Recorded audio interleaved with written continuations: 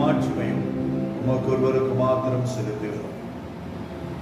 பரலோகத்தில் இருக்கிற எங்கள் பிதாவே, உடைய நாமம் பரிசுத்தப்படுவதாக, உடைய ராஜ்யம் வருவதாக, உடைய சித்தம் பரமண்டலத்திலே செய்யப்படுகிறது போல பூமியிலேயும் செய்யப்படுவதாக. எங்களுக்கு வேண்டிய ஆகாரத்தை இன்று எங்களுக்கு தாரும். எங்கள் கடனாளிகளுக்கு நாங்கள் மன்னிக்கிறது போல எங்கள் கடன்களை எங்களுக்கு மன்னியும். எங்களை சோதனைக்கு உட்பட பண்ணாமல் தீமை அனைத்தினின்றும் எங்களை ரட்சித்துக் கொள்ளும். ராஜ்யமும் வல்லமையும் மகிமையும் என்றென்றும் உம்முடையவைகளே. ஆமென்.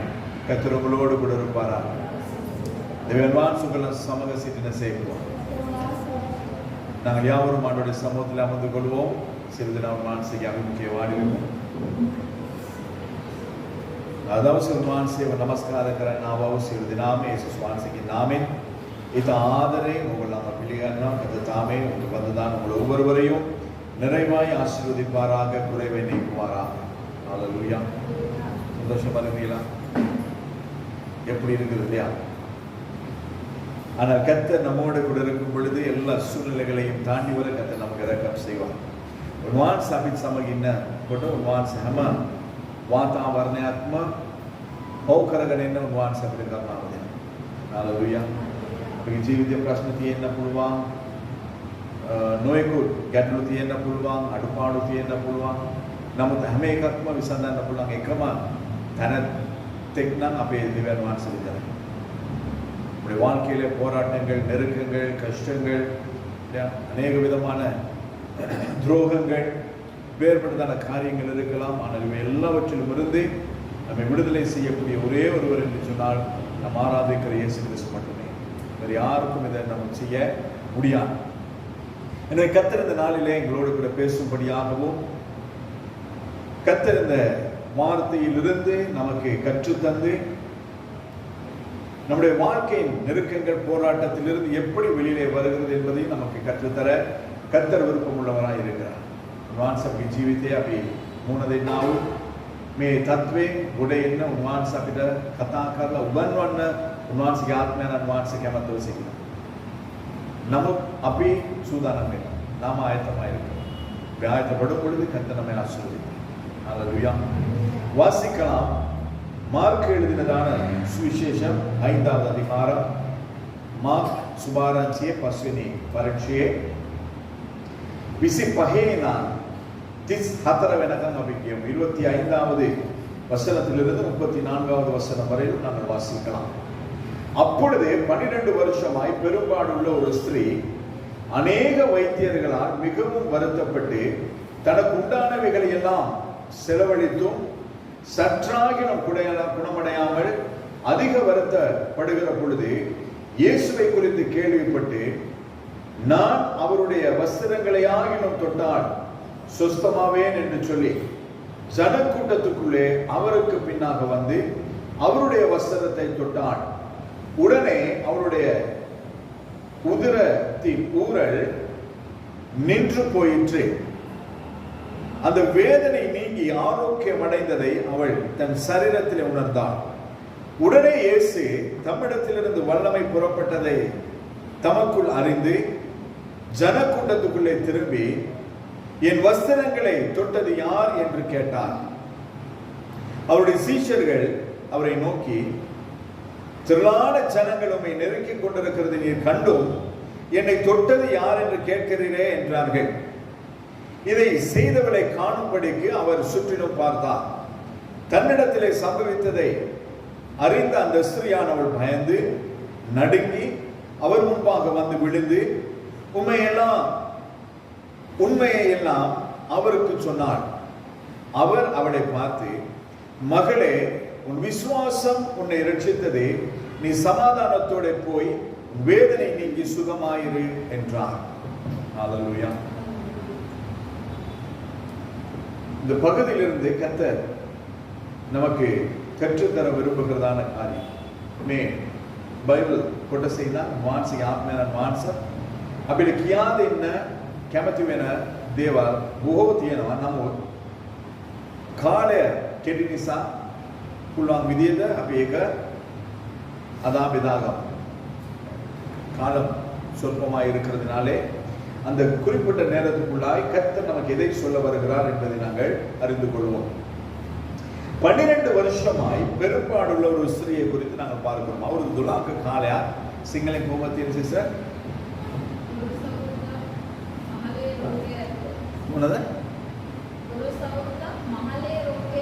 மகாலயே ரோகிய திபுனாவு ஸ்திரியா 12 வருஷங்களாய் உதிர ஊரல், அதாவது பெண்களுக்கு இருக்கிறதான மாதத்துக்கு ஒரு முறை வருகிறதான அந்த பிரச்சனையை குறித்து இதில் சொல்லப்படுகிறது. කාන්තාවන්ට මාසික සැරයක් එන්නවෝ ඒ දේ ගැනයි මෙතන සඳහන් වෙන්නේ. නමුත් මෙයාට මේ මාසේ දවස් 3ක 4ක කාල පරිච්ඡේදයේ නවතින්න ඕන ඒ මොකක්ද කියන්නේ සිංහලෙන් කියලා දෙන්න. මහලය අවුරුදු 12ක කාලයක්. ඒ කියන්නේ අවුරුදු පුරාම අවුරුද්දේ 365 දවසම අවුරුදු 12කම ඒ රෝගය වැළඳුවා වූ ස්ත්‍රියක් ගැනයි මෙතන සඳහන් වෙන්නේ. 12 வருஷங்கள், வருஷத்தில் 365 நாளும் 3-4 நாட்களே நம்மாலே தாங்க முடியதில்லை இல்லை.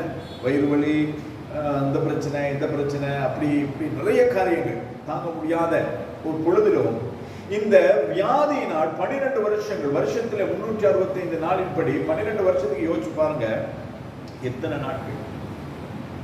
அத்தனை நாட்களும் அவள் அந்த உதிர ஊரலோடு கூட அவள் வாழ்ந்திருக்கிறாள். இதே வேத பகுதியை நாங்கள் லூக்கா எழுதின சுவிசேஷத்திலும் பார்க்க முடியும், மத்தேயுவிலும் பார்க்க முடியும். எல்லா சுவிசேஷங்களும் ஒவ்வொரு விதமாய் சொல்லப்பட்டிருக்கிறது.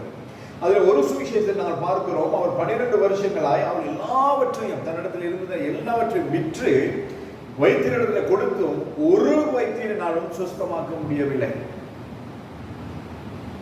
තමාලඟ තිබිච්චාව හැම වස්තුවක්ම විකුණලා දොස්තරලට දීලා සුවය ලබා ගන්න ඒ ස්ත්‍රිය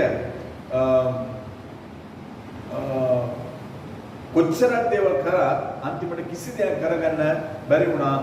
එක දොස්තර කෙනෙකුටවත් ඒ දේ සුවය ලබන්න දෙන්න බැරි වුණා.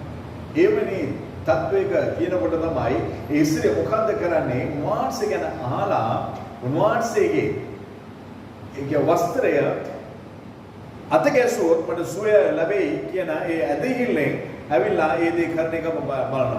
ஆண்டவராக இயேசு கிறிஸ்துவை அவள் கேள்விப்பட்டு அவர் என்ன செய்ய, இயேசு குறித்து கேள்விப்பட்டு நான் அவருடைய வஸ்திரத்தை ஆகிலும் தொட்டால் சுஸ்தமாவேன் என்று சொல்லி ஜனக்கூட்டத்துள்ளே அவருக்குள் பின்னாக வந்து அவருடைய வஸ்திரத்தை தொட்டார்.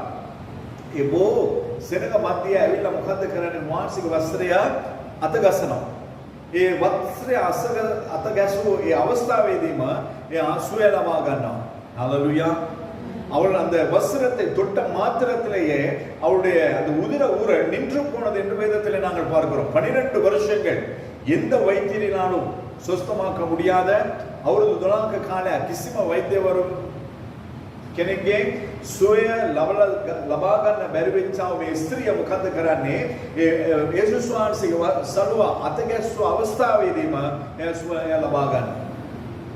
அதுபோல தான் நம்முடைய வாழ்க்கையிலே பல வருஷங்கள் பிரச்சனைகள் இருக்கலாம், வேதனைகள் இருக்கலாம், நெருக்கங்கள் இருக்கலாம், போராட்டங்கள் இருக்கலாம், மாறாத மறையாத சில சுபாவங்கள் இருக்கலாம், அல்லது ஏதோ ஒரு காரியம் நம்மிடத்தில் இருக்கலாம்.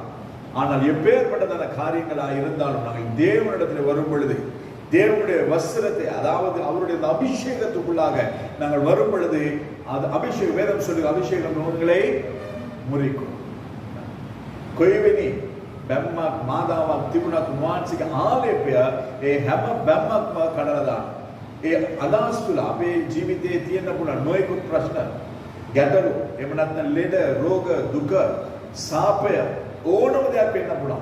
ඒ හැම එකක් එක්කම මානසික අභිමුඛයට ඇවිල්ලා උන්වහන්සේව අපි අතගස්සන අවස්ථාවේදී උන්වහන්සේ අපිව නිදාස් කරන්න උන්වහන්සේ සෑහේ. ஹalleluya.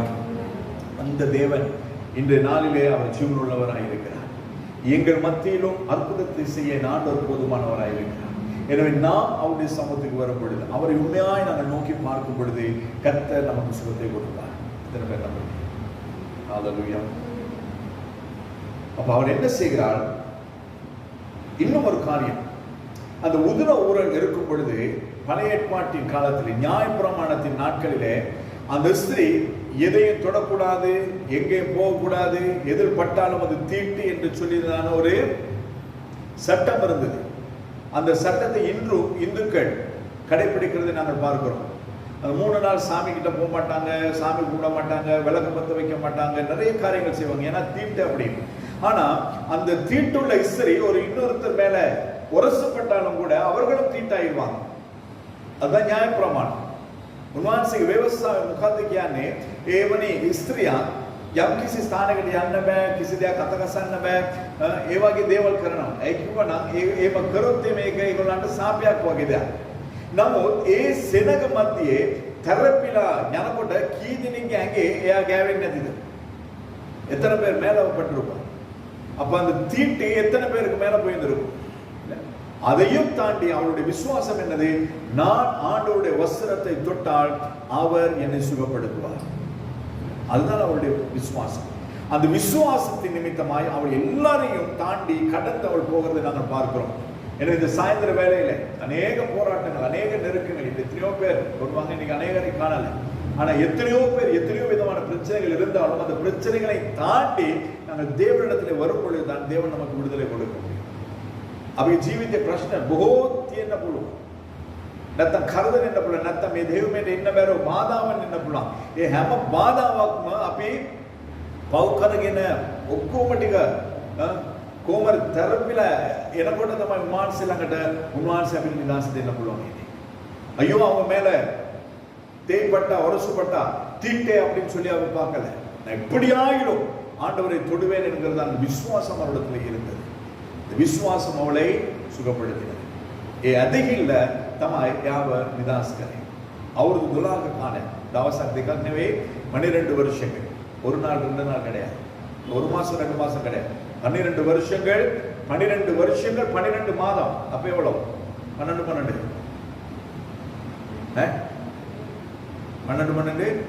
24 நல்ல கணக்கு போடுங்க. அப்போ எப்படி உங்க பிள்ளைய படிங்க? 12 எத்தனை? 12 into 12 96 இல்ல 100 சொல்லுங்க 140 எவ்வளோ? 12 into 12 12 தர 12 චක්‍රය කියන්නේ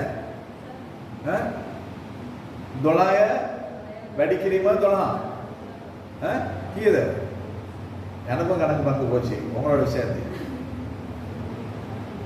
அத்தனை மாதங்கள் என்னது அவர் பெரும்பாடோடு கூட இருந்திருக்கிறார். நானும் கால்குலேட்டர் பார்க்க வேண்டியதாச்சு. என்ன பண்றது? 144 மாதங்கள். ஒரு மாசம் 2 மாசம் கிடையாது, 144 மாசம் அவள் அந்த ஊரலோடு கூட இருந்திருக்கிறார். ஆனால் ஒரே நொடியில கர்த்தர் அவளை விடுதலை ஆக்கினார். ஒரே நொடிதான். ஆண்டவரை தொட்ட மாத்திரத்தில் அவள் என்ன நடக்கிறது? அவர் சுகத்தை பெற்றுக் கொண்டார். எனவே நம்முடைய வாழ்க்கையில் எத்தனை போராட்டங்கள் இருந்திருந்தாலும் இந்த நாளிலே நாங்கள் தேவனை உண்மையாய் ஒரு விசுவாசத்தோடு கூட என்னுடைய பிரச்சனையை மாற்ற தேவனால் முடியும். මගේ ප්‍රශ්නය වෙනස් කරන්න, මේ ප්‍රශ්නේ විනාශ කරන්න උන්වහන්සේට පුළුවන් කියන ඇදහිල්ලෙන් අපි මේ ස්ථානෙට ඇවිල්ලා තිබෙනවා නම් උන්වහන්සේ අපගේ ප්‍රශ්නයෙන් උන්වහන්සේ විනාශ කරයි. அது எதுவாக இருக்கட்டும், அது எதுவாக இருக்கட்டும், கர்த்தர் அதிலிருந்து நம்மை விடுதலை செய்வார். அடுத்து 30வது வசனம். உடனே இயேசு தம்மிலிருந்து வல்லமை புறப்பட்டதை தமக்குள் அறிந்து ஜனக்கூட்டத்துக்குள்ளே திரும்பி என் வஸ்திரத்தை தொட்டது யார் என்று கேட்டார். මානසික මොකක්දාන්නේ මගේ වස්ත්‍රය එහෙම නැත්නම් මගේ සලුව අත ගැසුවේ කවුද? என் உடம்பை தொட்டது யாரு அப்படின்னு கேட்டிருந்தா பரவாயில்ல, இல்லையா? உடம்பு தொட்டிருந்தா தெரிஞ்சிடும், இல்லை யாரோ ஒரு ஆள் தொடுறாங்க அப்படின்னு தெரிஞ்சிடும். ஆனால் ஆண்டவர் என்ன கேட்கிறாரு? என்ன கேட்கிறாரு? මානසික මොකක්දාන්නේ මගේ ශරීරය අත ගැව්වේ කවුද කියලා ඇහුවේ නැහැ. මානසික මොකක්ද ඇහුවේ? මගේ සලුව අත ගැසුවේ කවුද? இதுதான் நம்முடைய ஆட்டம்.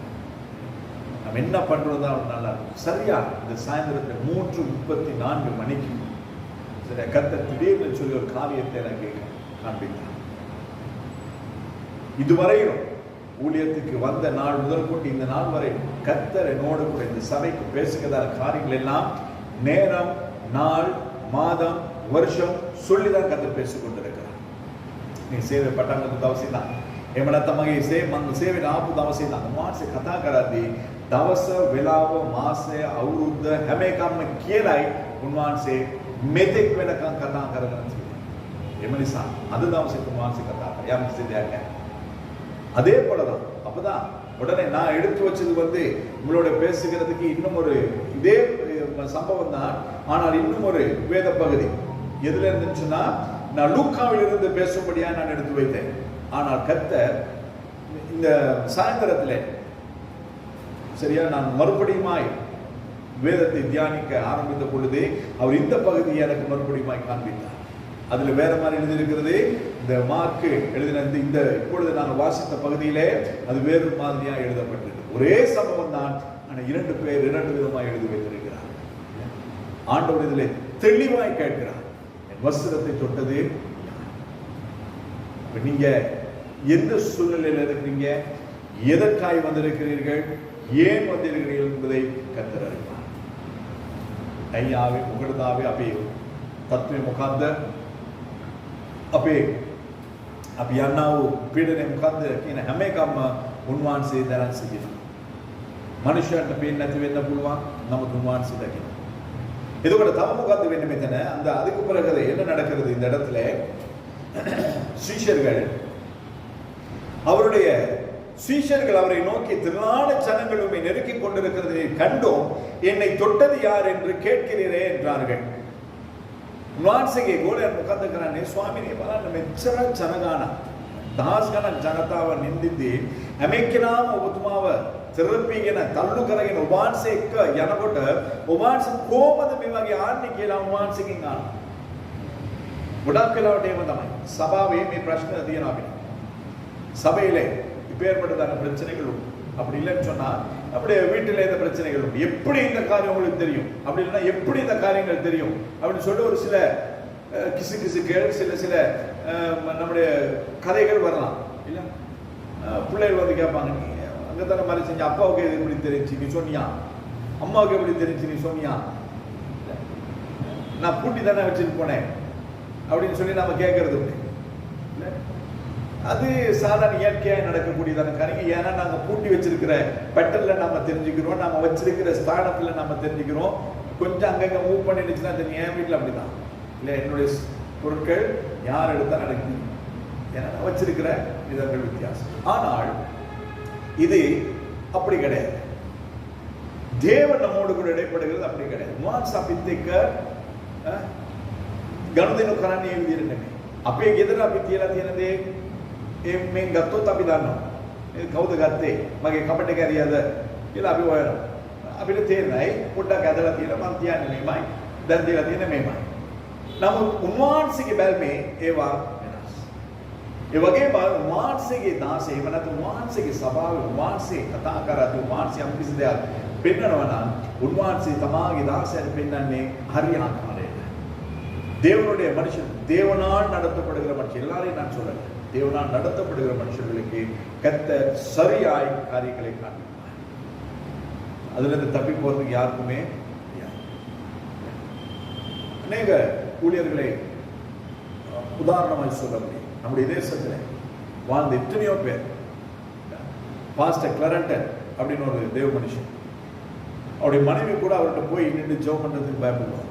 ஏன்னு சொன்னா கர்த்தர் துல்லியமாய் காரியங்களை காண்பிப்பார். ட்ரிங்கோல மாஸ்டர் ஆம்ப்ரோஸ்னு சொல்லி ஒருத்தர் இருக்கிறான், இறந்து போனான். 2 பேருமே இறந்து போனான். அவர் அப்படிதான் வெளி தேசத்திலே ஊழியத்தில் இருந்த பொழுது இலங்கை தேசத்தில் என்ன காரியங்கள் சம்பவிக்க போகிறது என்பதை அவர் அங்கிருந்து சொன்ன ஒரு தேவ மனுஷன். පිටරට සේවය කරන අවස්ථාවේදී ලංකා දේශයේ හෙට දවසේ මොකක්ද යන්නේ කියන දේ ඒ ඉඳන් කිව්වා වූ දෙවියන් වහන්සේගේ දාසයෙක් බ්‍රදර් රාජේන්ද්‍ර උන්වහන්සේට දවසක් නිරාහාර යාඥාව, අද වගේ නිරාහාර යාඥාව අමෙරිකාව යාඥා කරමින් ගීතිකා කියමින් පාස්ටර් ආව දේශනා කරන්නත් ආවා. පාස්ටර් දේශනා කරන්න දේශනා ගුරුවරට ආපු ගමන් දෙවියන් වහන්සේ කතා කරලා කියලා දෙනවා ඔබ টয়ලට් එකට බලන්න. දේශනා කරන්න ඇවිල්ලා උන්වහන්සේ කතා කරලා කියලා දෙනවා ඔබ টয়ලට් එකට බලන්න. මෙයා ඒ කියලා ගීතිකාවක් කියන්නේ කියලා මෙයා උන්වහන්සේට කතා කරනවා. ඇයි ස්වාමීනි මට යන්න අවශ්‍යතාවයක් නැතිකොට ඇයි මම টয়ලට් එකට යන්නේ? டாய்லெட்டுக்கு போகிறதுக்கு எனக்கு தேவையில்லாண்டவரை நான் எதுக்கு டாய்லெட்டுக்கு போகணும் ஆட்டோ சொல்லி போ.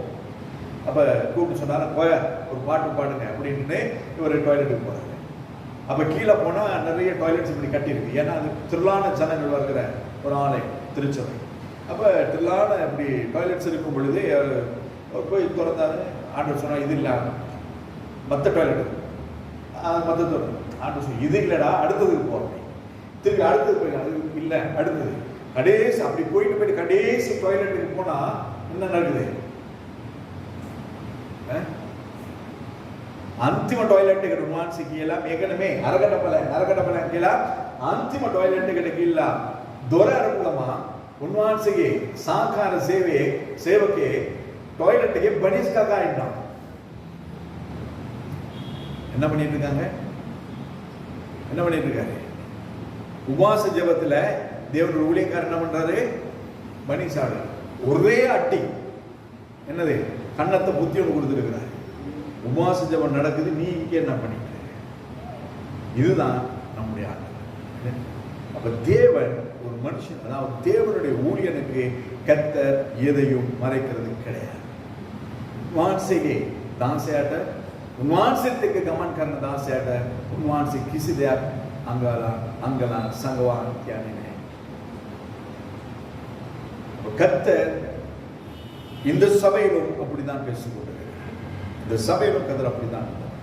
நமக்கு தகுதியே கிடையாது, ஆனால் கர்த்தருடைய ஆவியானவர் அவர் இருக்கிறதை அன்றாடம் நமக்கு நிரூபித்துக் கொண்டிருக்கிறார். வான்சிங்க ஆத்ம வான்சர் मैं लोकसभा वाले में आता पाला की नहीं क्या विले नहीं क्या मैं दारू दे दिन आविले नत्ता अभी की पता नहीं पिक्चर है नमो आत्मा वानसे आंगे उमानसिगे दूत आंगे सेनावार मेसाने पिल्ले ஆண்டவருடைய தூதர்களும் ஆண்டவரும் எங்கள் மத்தியில் இருக்கிறார். யாரு இருந்தா இல்லாட்டி என்ன கர்த்தர் நம்மோடு கூட இருந்தா போதும். அவர் இருந்தா உலகத்தையே நாங்கள் கலைக்கிற முடியும். லோகம் அபி කලබලයෙන් උන්වහන්සේ අපිට කියනවා ඒත් තමයි උන්වහන්සේ අනිත් කවුද මගේ වස්ත්‍රය අත ගැසුවේ, කවුද මගේ සලුව உன்வான்சே அப்படிதான் தேவ மனுஷன் அவர் நிற்கும் பொழுது தேவன் ஒரு காரியத்தை காண்பிக்க வேண்டுமானால், ஒரு மனுஷனை திருத்த வேண்டுமானால், ஒரு மனுஷனுடைய வாழ்க்கையிலே அவனை சரிப்படுத்த வேண்டுமானால் கர்த்தர் எப்படியும் பேசுவார். அதை கேட்டு நாங்கள் திருந்தினால் கர்த்தர் நம்மை ஆசீர்வதிப்பார். இல்லை என்று சொன்ன நம்மை கொன்று போடுவார். उनसे करना देखा है एक आशीर्वाद करना अनित्य उन्वान से नती करना पड़ा मरना पड़ा अभी तीर नहीं करना अभी कोई नहीं है. கர்த்தர் நம்மை எந்த ஆசீர்வாதத்துக்கு நேரம் அழைக்கிறாரோ அந்த ஆசீர்வாதத்துக்கு நேரம் நாம் நம்மை ஒப்பு கொடுக்கும் பொழுது கர்த்தர் நம்மை ஆசீர்வதிக்கிறவராக. அல்லேலூயா. சீஷர்கள் கேட்கிறாங்க, இவ்வளோ பேர் வராங்களே ஆண்டவரே, கோலையான் தானே மாசத்துக்கு கோலையான் இட்டியாட்ட கோலையான் தானே. கர்த்தரோடு கூட சீஷர்கள் இருந்ததுக்கு அவர்களுக்கு தெரியாது, ஏன்னா அவருக்கு பின்னால போறது மட்டும்தான் அவங்க வேலை. ஆனால் ஆண்டவர் சீஷர்களை அழைத்தது இதற்கு அவரோடு கூட இருக்க, அவரை போல வாழ, அவரை போல அவரை பின்பற்ற. உன்வான்சி தமாக கோலையாவ கதவை முகத துளசனா தாஸ்கன நெமே दुलोस्तिना उन्वांस इतने मेतने दो लगाते मुगदा उन्वांस तिक्के इन्नाई उन्वांस तिक्के गमन करना है उन्वांस वगे जीवक वेन्नाई नमु तेगुल्ला नेमने एगुल्ला बलाने गोमदे मेच्चरक सेनग अभी गोमदन्ने उलो जनंगे எங்களுக்கு எப்படி ஊருக்கு போறேன்னு ஒரு சகோதரி ஜெர்மனிக்கு போனா, எதுக்கு போறாங்கன்னு தெரியுமா? உங்களுக்கு தெரியாது. ஜெபம் பண்ணும் பொழுது கர்த்தர் சொல்றார், அவங்களை ஆசீர்வதிச்சு அனுப்பிடுங்க, ஒவ்வொரு காரியத்தை கர்த்தர் நேர்த்தியாக செய்து முடிப்பார். எதிர்பார்ப்போடு கூட ஒரு காரியத்தை பெற்று வரும்படியாக அந்த சவரி போறார்கள். அந்த காரியத்தை கர்த்தர் அவர்களுக்கு கிடைக்கும்படியாக வைக்கணும். लवा करना सर ये टमाटर अवश्य बाबा इवरने कीला इल्लन्नय मानसिक लवा தன்னபடியா ஆராதனை முன்னுக்கா இருக்கலாம், ஆராதனை பின்னுக்கா இருக்கலாம், ஆராதனை மத்தியிலா இருக்கலாம், எப்படியாயும் இருக்கலாம். கர்த்தர் ஒரு காரியத்தை செய்ய நினைத்தால் அவர் அதை செய்து கொடுப்பார். நாங்கள் கடைசியா கூப்பிட்டு தான் தலையில கை வச்சு ஜெபம் பண்ண அவசியமே கிடையாது. உட்கார்ந்து கேட்கும் பொழுதே கர்த்தர் உங்களை சுகப்படுத்துவார். அது எப்படி நடக்கும்? உங்கள் விசுவாசத்தை மையமாய் අන්තිමට කතා කරලා යාඥා කරන්න අවශ්‍ය නැහැ. උන්වහන්සේ ගම්මුගේ අපි ඉඳගෙන උන්වහන්සේගේ වචනයට අපි හැමකන් දින අවස්ථාවේදී උන්වහන්සේ අපිව සුව කරයි. ඔබ නිදහස් කරයි. අවිල කරන යාඥා කරන්න අවශ්‍යයි. ඇයි? උන්වහන්සේගේ ආත්මන මානසික මේ ස්ථානයේ සැලසෙන. கர்த்தருடைய ஆவியானவர் இந்த இடத்துல அசைவாடிக்கிறார். வேதம் சொல்ல எங்கே நாமத்தின் நிமித்தம் 2 அல்லது 3 பேர் 10 பேர் இருந்தாங்கன்னா 10 பேருடைய சிந்தனை 10 மாதிரி இருக்கு.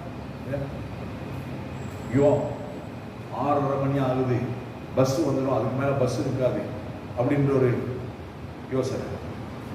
பிள்ளை வீட்டுக்கு வந்துட்டாலோ தெரியாதே, ஐயோ தூங்க வச்சுட்டு வந்தோம், ஐயோ என்னாச்சுன்னு தெரியலையே, ஐயோ நான் கேஸ் ஆஃப் பண்ணணும் இல்லையோ தெரியலையே. 10 பேர் 10 மாதிரி. ஊழியக்காரங்களும் அப்படிதான். இந்த மீட்டிங்கை முடிச்சுட்டு அடுத்த மீட்டிங் நான் ஓடணும், இதை முடிச்சுட்டு அடுத்த ஜூமுக்கு போகணும். கர்த்தருக்கு ஒன்றும் செய்ய முடியாது. இந்த வேலைனா இந்த வேலை பண்ணுறது அப்படி நாங்கள் கர்த்தரிடத்தில் வரும் பொழுது கர்த்தர் මාන්සේට ප්‍රථම ස්ථානයක් දෙනකොට මාන්සේ විතරක් බලන්න එනකොට මෙයා මොකද අවුරුදු 12 කාලයක් ඒ ගියා මේ ගියා හැමතැනටම ගියා, කිසි දෙයක් උනේ නැහැ. අන්තිමට මොකද කරේ? මම මාන්සේ අද කොහොම යතගසන මාන්සේගේ සලුවාරි මං අල්ලනවා කියලා අරමුණකින් ගියා. මිනිස්සු උඩ දහස් ගණන් මාන්සේද පස්සෙන් යනවා, ඉස්සරහින් යනවා, දෙපැත්තෙන්ම යනවා. නමුත් ඒ එක්කෙනාවත් එයා ගණන් ගත්තේ නැහැ. තමා ආපු අරමුණේ ඉෂ්ට කරගන්න හැම එක්කෙනා එක්කම රිංගනා ඉස්සරහට. சில நாம சொன்னா போக முடியும். முன்ன போய் கேளுங்க, முன்னுக்கு போய் உட்காருங்க. வடச்சிக்கிட்டு இருக்குது. ஆசீர்வாதம் வேணும்னா முன்னுக்கு தான் வரும், பின்னுக்கு இருந்தா வரும் லேட்டா வரும், முன்னுக்கு இருந்தா சீக்கிரம். நம்மளை தாண்டி தான் எந்த ஆசீர்வாதம் பின்னுக்கு போகணும். எத்தனை பேர் அப்படி நினைக்கிறீங்க? யாருக்கு ஆசீர்வாதம் போனாலும் என்னை தாண்டி தான் போகணும் அப்படின்னு நினைக்கிறேன். ஏன்னா தேவனை நான் முதலாவது பார்க்கிறேன். முதலாவது யாராவது ஒரு கிரிக்கெட் மேட்ச் வென்னுட்டு போறாங்கன்னா முன்னுக்கு போய் நிக்கிறது, பின்னுக்கெல்லாம் நிக்கிறது, தள்ளிக்கிட்டு முண்டி அடிச்சு முன்னுக்கு போய் நிக்கிறது. அவங்க நம்மளை பாக்குறாங்க இல்லையா, அது வேற. நாம எப்படி ஆகியும் பார்த்துடணும். நேத கிரிக்கெட் மேட்சுக்கு காலையில கூட இல்ல சரியா கிட்டியே பாரு புறாம උඹෝලදාලා උන්ගේ දර යනවා. අපිගේ මේ අවුවේ පිස්සුකුස. එයා උන්වහන්සේ බලන්නේ මේනේ නෑ. උන් සල්ටික ගත්තා උන් ගියා. නමුත් උන්වහන්සේව ආශිර්වාද කරන්නේ උන්වහන්සේ මේ ස්ථානයට ඇවිල්ලා. ඒ උන්වහන්සේව දකින්න ආවා ඕගොල්ලන් උන්වහන්සේව දවසේ ආශිර්වාද කරයි. නිකන් අතින් ඕගොල්ලන් යවන්නේ නෑ. நாளிலே வந்ததான ஒவ்வொருவரையும் கர்த்தர் ஆசீர்வாதத்தினப்பார், யாரையுமே வெறுமனாய் மாட்டார். அதுதான் நம்முடைய ஆண்டவர். இதை செய்தவர்களை காணும்படி சுற்றிலும் பார்த்தார். ஆண்டவர் பார்க்கிறார், நீ யார் யார் வந்திருக்கிறாரு. ஓ வந்திருக்கிறாங்க, மகன் கூட்டிட்டு வந்திருக்காங்க, சிஸ்டர் வந்திருக்கிறாங்க, பிள்ளைகளை விட்டு வந்திருக்கிறாங்க, இன்னும் வர வேண்டியவங்க வரவே இல்லை. ஓகே அப்படின்னு ஆண்டவர் பார்க்கிறார். பார்த்து என்ன செய்கிறார்? அதுக்கு பிறகு அவர் சொல்றார், தன்னால அதை மறைக்க முடியல. ஏன்னு சொன்னா அவள் அதை அனுபவித்திருக்கிறாள், சுகமடைந்திருக்கிறாள், பயந்து நடுங்கி இன்னும் இதுக்கு மேல நான் இருந்தேன்னு சொன்னா அவர் என்ன கண்டுபிடிச்சிடுவார் அப்படின்னு சொல்லிட்டு தானா வந்து ஆண்டவரே கர்த்தர் நமக்கு செய்த காரியங்களை நாங்கள் சொல்ல வேண்டும். அப்படி இல்லை என்று சொன்னால் கர்த்தர் எனக்கு செய்ய வேண்டிய காரியங்களை நான் அவருக்கு சொல்ல வேண்டும். சொல்லும் பொழுது கர்த்தர் நம்மை ஆசீர்வதிப்பார். මාංශ අපිට කරන්න ඕනේ කියන දේ මාංශද අපි කියන්න ඕනේ. එහෙම නැත්නම් උන්වහන්සේම අපිට යම්කිසි ආකාරයකින් අපිට කතා කරනවා නම් එළිදරව් කරනවා නම් ඒ දේ වලට අපි කීකර වෙලා උන්වහන්සේ කියන ස්වාමීනි එම්මයි කියලා උන්වහන්සේ කියද්දී උන්වහන්සේ මොකක්ද කරන්නේ? ඒ ස්ථානෙන් අපිව ගොඩ ගන්නට උන්වහන්සේ සෑහෙන கர்த்தர் நம்மை தூக்கி நிறுத்த அவர் போதுமானவர். அதுக்கு பிறகு அவர் என்ன சொல்றார்? தன்னிடத்தில் சம்பவித்ததை அறிந்த அந்த ஸ்திரியானவள் பயந்து நடுங்கி அவர் முன்பாக வந்து விழுந்து உண்மையை எல்லாம் அவருக்கு சொன்னார். அவர் அவளை பார்த்து, மகளே விசுவாசம் உன்னை ரட்சித்தது, நீ சமாதானத்தோட போய் உன் வேதனை நீங்கி சுகமாயிரு. මානසික කියන්නේ මොකද? ඇයි ඇල්ලුවේ? ඇයි මට අද ගැසුවේ? මානසික කියන්නේ ඔය ඇදහිල්ල ඔබ විනාශ ඔබට සුවය ලබා දෙනවා. මින් ඉදිරියට කිසිම වේදනාවක් නැහැ, සුවයෙන් සමාදානයෙන් සතුටෙන් ආශිර්වාදයෙන් ඉන්න කියලා උන්වහන්සේ ආශිර්වාද කළා. கர்த்தருடைய ஆசீர்வாதத்தை வேதனை நீங்கி சும்மா இருக்கும். எனவே இந்த நாளிலே வந்ததான ஒவ்வொருவருடைய வாழ்க்கையிலும் இருக்கிறதான வேதனைகளை நீக்க என் ஆண்டவரை மத்தியில் இருக்கிறார். என்ன பேர் நம்புறீங்க? அது எதுவாக இருக்கட்டும், பண பிரச்சனையாக இருக்கட்டும், குடும்பத்தில் சமாதானம் இல்லாமல் இருக்கட்டும், சரீரத்தில் வியாதி வருத்தங்களாக இருக்கட்டும், அல்லது வாழ்க்கையின் சுபாவ பிரச்சனைகளாக இருக்கட்டும், அல்லது யாருக்குமே சொல்ல முடியாத சில காரியங்களாக இருக்கும், எதுவாக இருந்தாலும் கர்த்தருக்கு மறைவானது எதுவுமே கிடையாது. अभी शरीर सुबह में न पुलांग अवले प्रश्न में न पुलांग ना मुदार प्रश्न में न पुलांग लेडर हो गया पे न पुलांग ये मना तंग खाटा किया न बेरे प्रश्न पे न पुलांग न वो उन्वान से द किसी मध्य अंगन न बे उन्वान से गैस वाला किसी मध्य एंगिला नहीं है अरे दाव से उन्वान से भी निराश किया इधर पे हमने अधे दो आये हैं कत्तर नम्मे उड़दले से अब बड़ा आये हैं यल्ला देव समुद्र ஒரு விஷயம் எழுந்திருந்து தேவனிடத்திலே நான் எங்களை ஒப்பு கொடுக்கிறோம். எங்கள் பிரச்சனைகள் எல்லாம் அப்படியே ஆண்டவர் முன்பதாய் நான் சொல்றேன். கர்த்தருடைய ஆவியானவர் இந்த இடத்துல அசைவாடி கொண்டு வேண்டும். இதுவரையிலும் கர்த்தர் சொன்ன எல்லா காரியங்களையும் கர்த்தர் நிறைவேற்றி கொடுத்தார். எல்லா காரியங்களையும் கர்த்தருடைய கண்கள் அது சோதி தருகிறதா இருக்கு. வான்சிக்கிட்ட ஹமே காரணம் சோதிச்சு கரமின் விமர்சனாலும் வான்சிக்கிட்ட வான்சிக்கு ஹெஸ் மேஸ்தானே ஏமம் சரிசனை கர்த்தருடைய ஆவியானவர் தாமே நம்மை சுகப்படுத்துவார். எல்லாரும் கண்களை மூடினவர்கள் எல்லாரும் உங்களுடைய பிரச்சனைகள் ஒரு விஷயம் தேவ சமூகத்துக்கு அப்படியே அறியப்படும். வருத்தப்பட்டு பாரம் சுமக்கிறவர்கள் எல்லாரும் என்னிடத்தில் வாரும், நான் உங்களுக்கு இளைப்பாறுதல் தருவேன் என்று கர்த்தர் சொல்லியிருக்கிறார். ವೇಸವೆನ್ನಾವು ಭರವಸೆಲ್ಲ ನಾವು ಸಿರಿದು ನಾವು ಮಾಸಮಗೆ ಮಾವೆದ್ರೆ ಮಂಗಮಡ ನಿದಾಸದಿನಾಗಿ ಮಾನಸಿಗೆ ಆತ್ಮನ ಮಾನಸ ಬಿಟ್ಟ ಪವಸಲ ಏ ಆತ್ಮನ ಮಾನಸ ಏ ದೇವ್ಯ ಮಾನಸ ದಾವಸ ಅಭಿ ನಿದಾಸ್ಕರಣ உன்மானசு பலவானாய் அந்த தேவன் நம்மை விடுதலை ஆக அவர் வல்லமையுள்ளவராய். அது எந்த பிரச்சனையா இருக்கட்டும், எப்பேற்பட்டதான சோதனைகளா இருக்கட்டும், எப்பேற்பட்டதான பாடுகளா இருக்கட்டும், எந்த ஒரு நிர்பந்தமான நிலையா இருக்கட்டும், எதுவா இருந்தாலும் கர்த்தருடைய ஆவியானவர் எங்கு உண்டோ அந்த இடத்துல விடுதலை உண்டு என்பதாக வேதம் சொல்லி ಅಭಿ ಮೂಡದೆ ನಾವು ಓಣಮ ಪ್ರಶ್ನೆ ಆಗ್ಬೇಕು. ये प्रश्न हमें काकमा निराकरणे करना पूरा एकम तनक मानसे ना अभी देवन मानसे को शुद्धात्मन मानसे कोई स्थानीय द ये स्थानीय मानसे की निदासत्य ना कि मानसे को वचन प्रकाश मनीषा ಹೋಗಲಾಂಗೆ ಅವಶ್ಯಕತೆ ಆಗ್ಯಾನ ಸ್ವಾಮಿನೇ ಮಡ ಮೇಮೇ ದೇವ ತಿಗುಣೋತ್ ಕುಡಾಕ್ ಸಂತೋಷವೇನೋ ಕೇನ ಹೋಗಲಾಂಟ ಕೇನ ஆண்டவரே இந்த காரியங்கள் எனக்கு இருந்தால் நான் சந்தோஷமா இருப்பேனே என்று சொல்லி நீங்கள் நினைக்கலாம். உங்களுடைய ஆசைகள் விருப்பங்கள் எதுவாக இருந்தாலும் தேவனுக்கு தெரியப்படுத்தும். எல்லாவற்றையும் நிறைவேற்றி ஆண்டவர் போதுமானவராய்.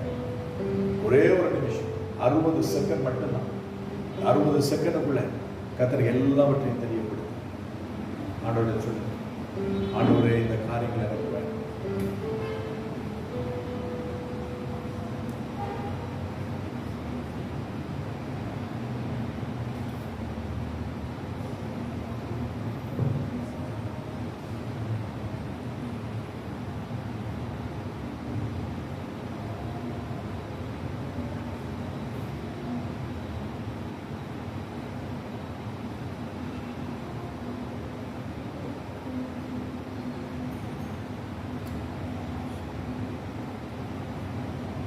வாரும் தூய ஆவியே, உம் பிரசன்னத்தை வாஞ்சிக்கிறோம். உம் வல்லமையால் என்னை நிறைத்து நீராளுகை செய்யும். வாரும் தூய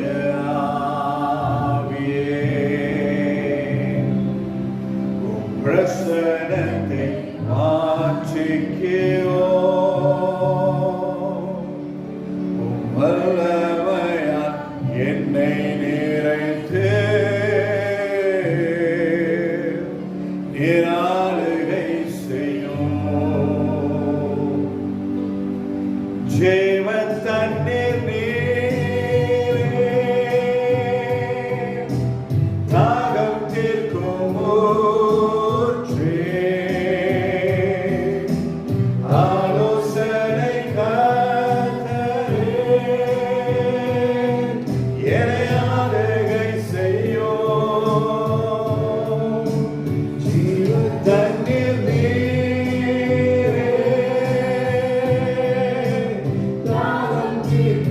ஆவியானவரே உடைய பிள்ளைகள் மீது அசைவாடுவீராக.